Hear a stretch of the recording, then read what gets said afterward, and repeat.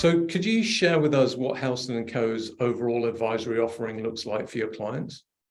Sure. So with our longer term advisory clients, generally speaking, we look to take clients from point A to point B. So point A being current state of play, how they currently are as of today, and point B being that desired future state. So be it reduction in particular debt levels, higher profitability, more time in the business, that future state, that desired future state for it.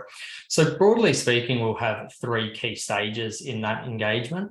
The first one is defining what point A looks like, so what the current state of play is, and we'll work out that current state of play by doing a financial health check to determine how is the business performing, what's revenue looking like, how's profitability, what's the balance sheet look like, what are asset levels like, debt levels, and so forth. The next thing that we'll do is help the client further define what their future state looks like, what point B looks like, and we'll then build a roadmap to go from point A to point B. So one of the key components of building that roadmap is, of course, a financial forecast that shows what the numbers need to look like to move us from where we are today to where we want to be tomorrow.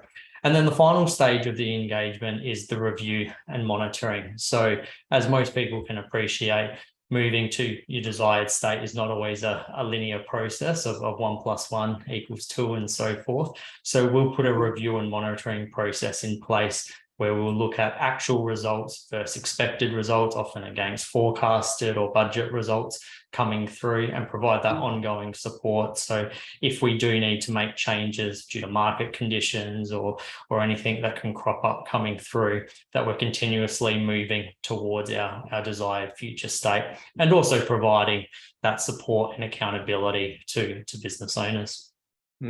So it sounds like a very, in a way, simple and effective ABC approach. So you're taking a business from the current state to the future desired state, and it's incorporating three things. So you've got the health check, and then the health check transforming into this business roadmap to achieve the business goals. So via a three-way forecast and or budget for the practical financial management side of things.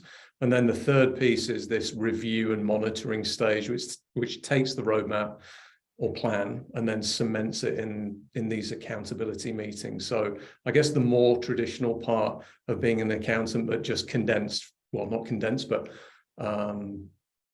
expanded upon from what would usually be an annual process to actually more regular meetings, whether that's monthly, 2 monthly, quarterly.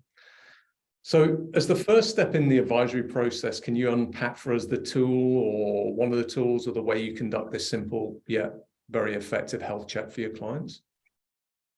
So if a new client has come to us, or it's a client that we haven't conducted advisory on before, one of the first things that we'll do is have a look at a health check and try to define what that current state of play is as of today. And if we look at cash as being king and the centerpiece of an organization, we see cash as a three-legged chair in which if one of those legs is not strong, then it has the potential to fall over and impact cash levels for it. So just to expand on those three legs, the first leg being profit is we want to see if cash is being impacted by profit. So profit is merely a function of revenue and expenses. So the very first thing that we'll look at is revenue. So brand new client, one of the first things we'll have a look at is revenue. And essentially we're looking to answer three key questions. The first one is the business growing? Is it declining? Or is it stagnant? The second one being, is the business open to seasonality? And the third one, which is a little bit of a housekeeping, is we just want to make sure that revenue that's being recorded is actual revenue. So in prior years, for example, sometimes revenue has been overstated because extraordinary items have been put there through COVID grants and so forth. So we'll want to have a look at revenue in its truest form, being ordinary revenue and taking out any extraordinary items.